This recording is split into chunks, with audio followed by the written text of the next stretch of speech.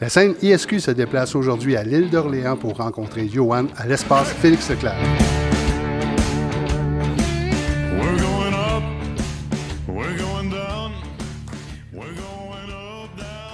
Alors, bonjour Johan, ça va bien? Oui, ça va bien vous aussi. Oui, écoute, on est à l'espace Félix Leclerc, une belle place. En plus, tu me disais tantôt, hors caméra, que c'était ta deuxième fois que tu viens ici. Comment tu trouves l'île d'Orléans? Ah non, attends un peu. Comment je trouve l'île d'Orléans, là, ça c'est vraiment spécial parce que moi, l'année dernière, c'était la première fois que je venais à l'île d'Orléans. Puis j'ai trouvé ça merveilleux. Je veux revenir plus tard cette année à l'île d'Orléans avec mes parents. Parce que je veux leur montrer ça, tu sais, tellement, on va faire une sortie en famille, là, parce que c'est tellement beau, je trouve, puis c'est comme, t'es collé sur Québec, mais t'es en pleine campagne, on dirait, tu sais, tu regardes, tu roules, exemple, sur la, je pense que c'est le chemin Royal, oui. Puis tu regardes exemple, tu t'en vas vers Sainte-Famille, tu regardes à droite, puis c'est comme, on dirait, t'es en pleine nature, là, comme par chez moi, tu sais, à Fermeneuve, moi, je demeure à Fermeneuve, Mont-Laurier, puis j'aime beaucoup ça. Ben c'est ça, justement, tu viens de Fermeneuve dans les Hautes-Laurentides. La musique est arrivée comment, toi, dans ta vie, Johan? Papa, mon père. Papa! Oui, mon père, ben, en fait, mon père fait ça toute sa vie, de la musique. Puis, ben, moi, c'est certain que j'ai grandi en l'écoutant, puis c'est une de mes plus grandes inspirations, mon père, évidemment. Puis, lui, il écoutait beaucoup de country américain. C'était très américain, pas vraiment de country francophone. Mais puis on dirait que c'est pour ça aussi, je pense que mes influences sont plus en anglais. OK, fait que c'est ça, ton père on peut dire ça, en même temps, on va entrer dans le vif du sujet, il t'a ouvert la voie. Tout à fait. Oui, ben, oui, c'est vrai. Ben, je pense que dans n'importe quel domaine, hein, on apprend. À un moment donné, on finit par faire un métier, on travaille fort, comme vous avec votre fils. On travaille, puis à un moment donné, ben, c'est comme si tu laisses un peu. L'enfant n'aura pas à faire nécessairement ce que tu as fait, mais il va travailler autrement, puis tout ça, puis il va avoir appris par toi, puis tout ça. Puis j'ai l'impression que mon père m'a tellement. Tout le travail qu'il a fait, l'expérience qu'il a eue, puis lui, c'était la dure école. Moi, j'ai été choyé, j'étais arrivé, puis boum, tout de suite, j'ai été à la voie, beaucoup de visibilité en peu de temps. Mon père n'avait pas ça, donc il m'a sauvé beaucoup de temps, je trouve. Oui, tout à fait, il m'a ouvert le chemin à 100 000 $. Écoute, on parle de la voix, tu étais gagnant, tu avais 18 ans. D'avoir, tu sais, c'est quand même une grosse plateforme, c'est quand même quelque chose, là. D'avoir cette visibilité-là à 18 ans, comment t'as trouvé ça? Comment tu as géré ça? Moi, je dirais que je l'ai très bien géré, je crois, intérieurement. Parce que, grâce à l'éducation que j'ai eue, parce que ça a été très important dans ma vie, rester simple, rester calme, puis terre à terre. Puis même s'il y a des moments de sortir de la traque un peu, de se taper un peu sur la tête, de dire hey, reviens là. T'sais. Puis moi, j'ai eu l'impression, j'ai eu beaucoup de support de ma famille, du public aussi. Donc, moi, je l'ai bien vécu. Ça n'a pas été, je dirais, ça a été exigeant, mais pas difficile en tant que tel. Ça a été des efforts pour l'assimiler et absorber tout ça, mais c'est une dose d'amour. Les gens ne t'arrêtent pas dans la rue et te disent « Moi, on dit que t'es pas bon ». Non, exactement. Le monde, ils te reconnaissent partout. Puis tu disais, tu as pu gérer ça grâce à ta famille. Fait que tu as eu de l'appui, tu as eu du monde qui pouvait te dire, écoute, oui, tu es rendu une vedette, mais il faut rester groundé. Là. Oui. Puis toujours, ma famille, mes amis m'ont pas vu comme étant quelque chose avait changé. Okay. C'est toujours le même petit gars, puis c'est ça aussi. Bien, je pense que souvent, c'est ça qui nous amène à être aimé par notre public, c'est de rester pareil, de rester comme on est, de ne pas être fauné. Écoute, ton premier album, 130 000 copies, c'est quand même pas mal.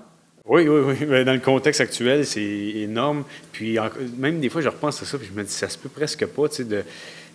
Moi, je le vivais. Quand on m'appelait pour me dire, hey, en une journée, je pense que c'était 17 000 albums qui étaient vendus. Puis je dis, OK, ben c'est le fun, c'est le fun, tant mieux. Il y en avait qui me disaient, non, tu ne catches pas, c'est immense, c'est incroyable. Mais moi, c'était pas ça mon but premier. Oui, c'est beau, c'est agréable, puis c'est hey, merci la vie, merci aux gens. Mais en même temps, moi, j'étais là pour faire ce que j'aimais. Je voulais faire ma musique avec amour, puis je pensais pas à des ventes après. C'était plus loin, ça. Là. Moi, je ne m'arrêtais pas à ça. Puis d'avoir eu tout ce succès-là, si je peux me permettre, là, ben, c'est incroyable. Puis je ne serai jamais assez reconnaissant. Je vais pouvoir dire merci toute ma vie. Ça ne sera jamais assez, tu sais. Ton deuxième album, Yoann, était en français. Fait que ça t'a rapproché le public du Québec un peu plus. Hein? Oui, bien, moi, le projet du deuxième album, complètement français, c'était justement pour ça. C'était pour dire merci au public au Québec.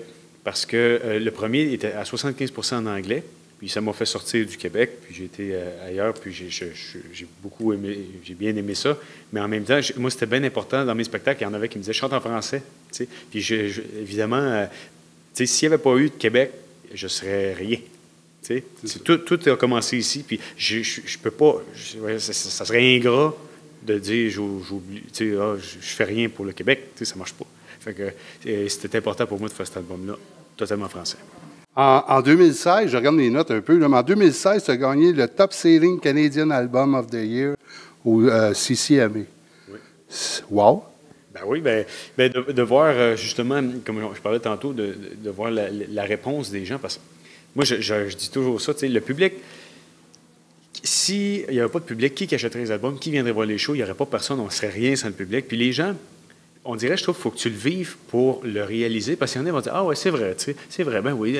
Non, c'est pas juste Ah oui, c'est vrai. Non, c'est tout. C'est tout. C'est tout. Puis, non, moi, j'en reviens pas encore. C'est pas croyable. Même des fois, ça arrive, il y a des gens qui vont me dire « Hey, tu réalises-tu? » Puis des fois, ils vont me dire « Oui, mais non, j'ai pas l'impression. » C'est tellement grand que c'est difficile, je pense, d'en prendre réellement conscience, tu sais. Puis en plus, un Félix en 2018 pour l'album Country. Oui. Ça aussi, c'est une belle tape dans le dos de tes pairs. Oui, oui, tout à fait. Puis, qu'est-ce qui est bien là-dedans, c'est que moi, j'ai produit mon deuxième album. Je l'ai produit, puis je l'ai co-réalisé. J'ai écrit 10 des 12 chansons. Je me suis impliqué à fond dans ce projet-là. J'ai eu une équipe qui a fait un travail irréprochable. Puis, ça a été vraiment une belle récompense pour moi de gagner un Félix. Le premier album, j'en avais pas eu de Félix. J'ai eu d'autres prix, mais j'ai pas eu un Félix. Puis le deuxième, j'ai gagné un Félix. Puis justement, là, on est à l'espace Félix Leclerc. Quelle coïncidence! Paf! Écoute, comment tu vois ça, l'année du country, toi, au Québec?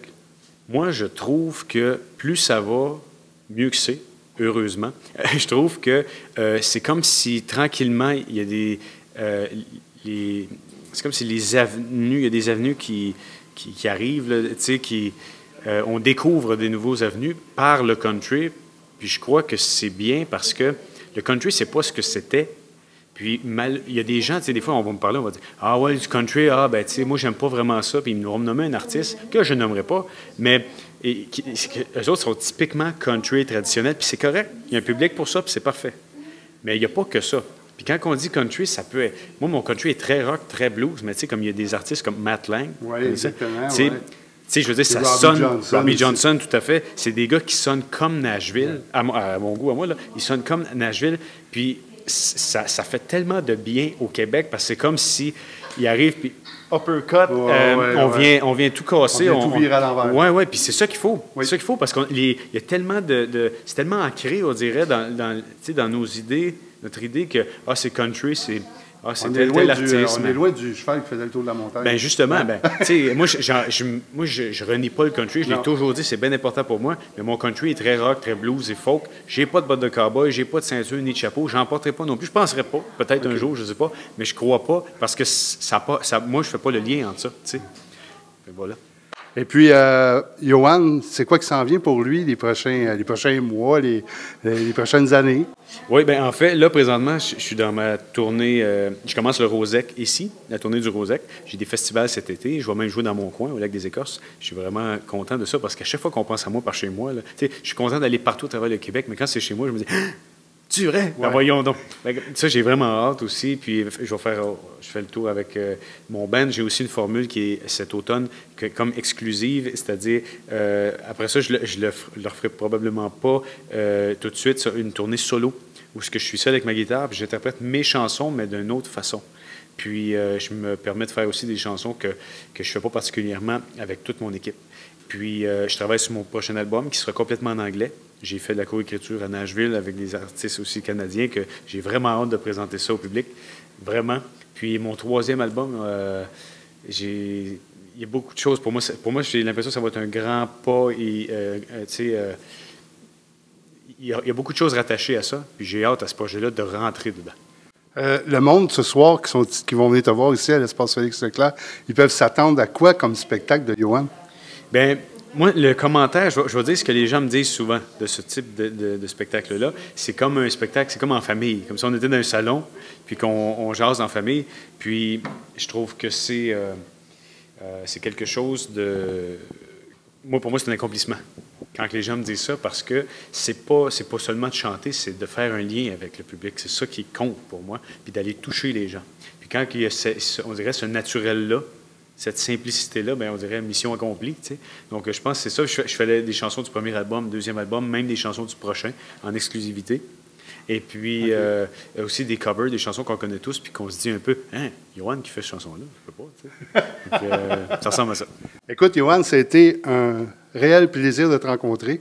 Puis j'espère qu'avec ISQ, le monde va te découvrir ici dans la région, puis qu'ils vont apprécier tout ce que tu fais. Bien, merci. Merci beaucoup, et merci d'avoir pris le temps pour moi.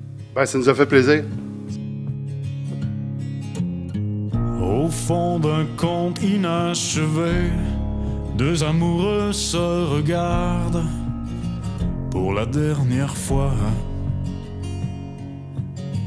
Un océan imaginé les empêche de s'aimer comme autrefois. Sous un ciel d'automne étoilé, un poème égaré